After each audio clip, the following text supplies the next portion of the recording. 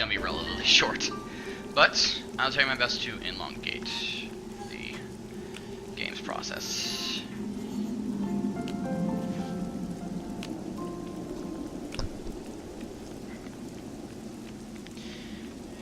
Just get past all these guys so I'm not wasting time. Like I said, New Game Plus, so I can guarantee that stats are... I want to see how difficult these things can be.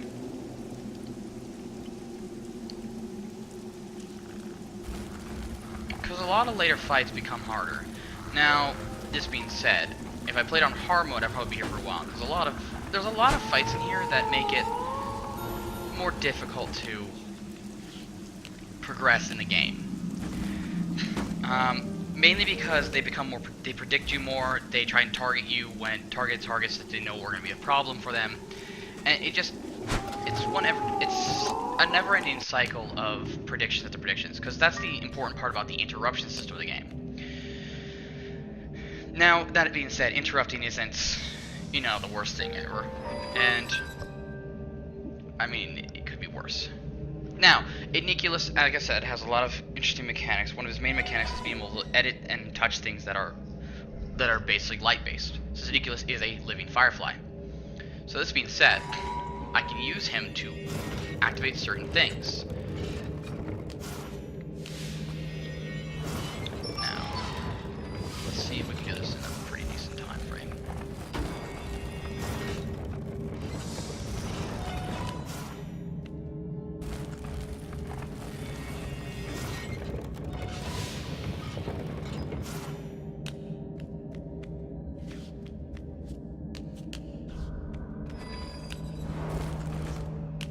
Ah, yes. That's why it's so... There's a little bit of puzzle solving. Who's to say puzzle solving isn't the worst thing ever?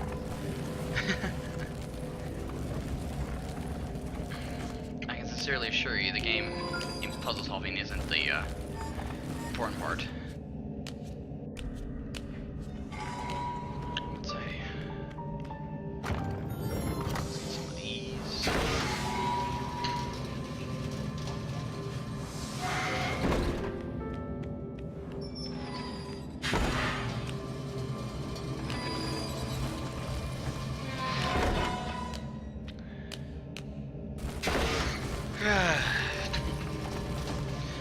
But the things about the game that make it special to me.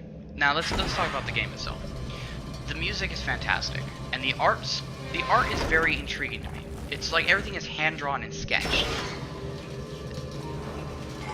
Even though it's all digitally animated, it's all hand drawn. Ubisoft's Rayman's Legends was one of the heavy influence of the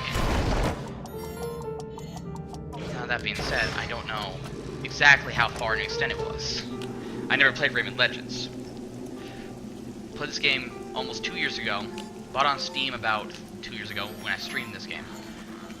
All right, let's go ahead and getting progression. So damage, of course, is an issue, but it's gonna happen.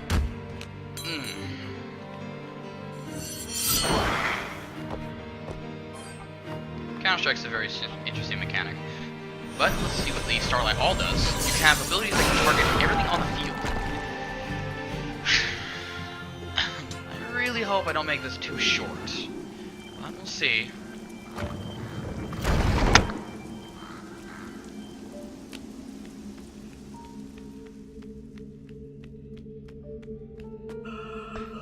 Okay.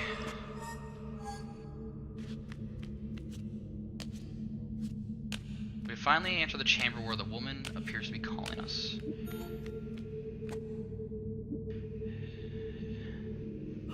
Now, in order for us to do this, we need to... This is where the game has a cooperative feature to it, but only because of the way that Iniculus and Aurora work together. Now, I need to get all these crystals lit up to shatter the barrier. But Aurora adjusts the shape and color so I can cast a different light on each crystal to shatter more. Now I'm gonna shut up for now.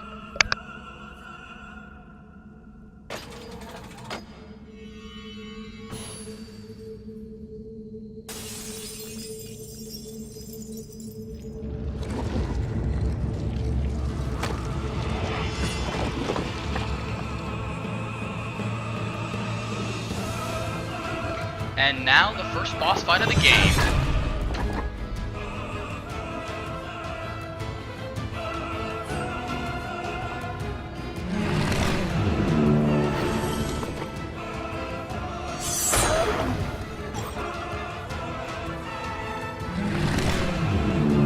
So, they cast increased speed movements, so to defer this, I'm going to defend.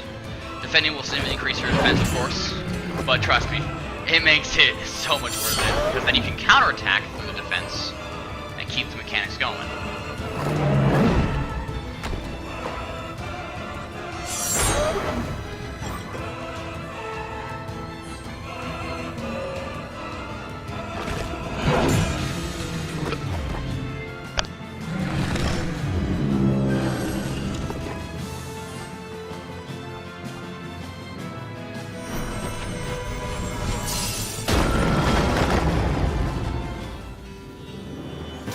Okay, well, maybe I should hold off on the magic.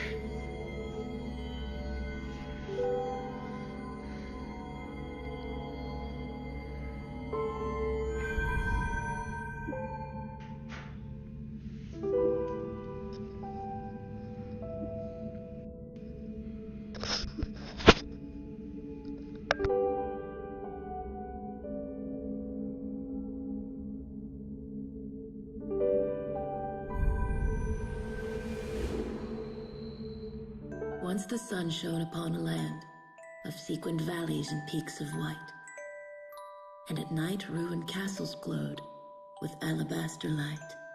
From the stars in the crescent moon, a queen of light ruled this rambling place. Each night she walked the palace alone, her luminosity dawn's own face. Until one night there was no trace. The queen had vanished, and with her the light. Dark resided in its place, the usurper, Umbra, hid from sight. She sent her daughters in her stead, the sun, the stars, and the crescent moon. They pilfered from the sky, extinguished them with the monsoon. Then Umbra's dark creatures conquered the land. Our lives soon snuffed out by a wave of her hand.